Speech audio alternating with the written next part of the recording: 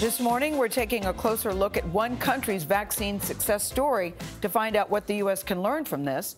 Israel aims to vaccinate its entire adult population by the end of next month, becoming the first country to do so. That's impressive. More than 40% of its population has already received at least one shot. I call that hashtag goals. Elizabeth Palmer has the story. Those who could danced. And those who couldn't joined from the sidelines as the Lev Ganim care home threw a vaccination party near Tel Aviv. Oh, it's so great. Thank goodness we get the second vaccine today. We are celebrating. We are going to be free. Just 4 months ago, Israel's COVID outbreak was one of the worst in the world. Under strict lockdown, people stayed home and police set up roadblocks to stop all but essential travel. Then, in January, Israel's government struck a deal with Pfizer BioNTech.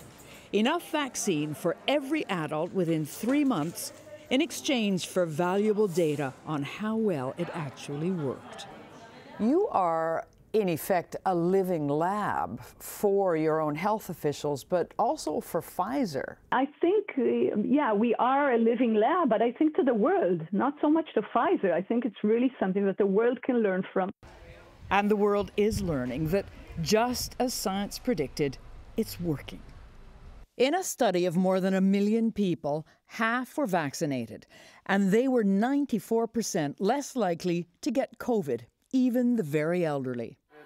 And real-world evidence now shows that the second shot boosts immunity from solid to spectacular. Now even teens are getting vaccinated. Prime Minister Netanyahu made his into a photo op. He's facing re-election this spring and hoping the successful vaccination program will offset anger on other issues, including corruption charges. Netanyahu is also taking some flack for paying Pfizer a third more per dose than the U.S. paid. But here's the payoff. Just days ago, lockdown was eased, and Israelis are out and about, enjoying their freedom again. I'm free. I can go anywhere. I don't have to stay home. I can see my friends, my family. I think we can say goodbye to COVID-19 eventually. Now, Israel has taken some criticism for not vaccinating millions of Palestinians who live on land it occupies.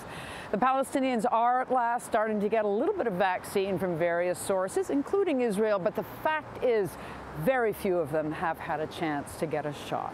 Tony? It's an important note there. Liz Palmer for us in London reporting on Israel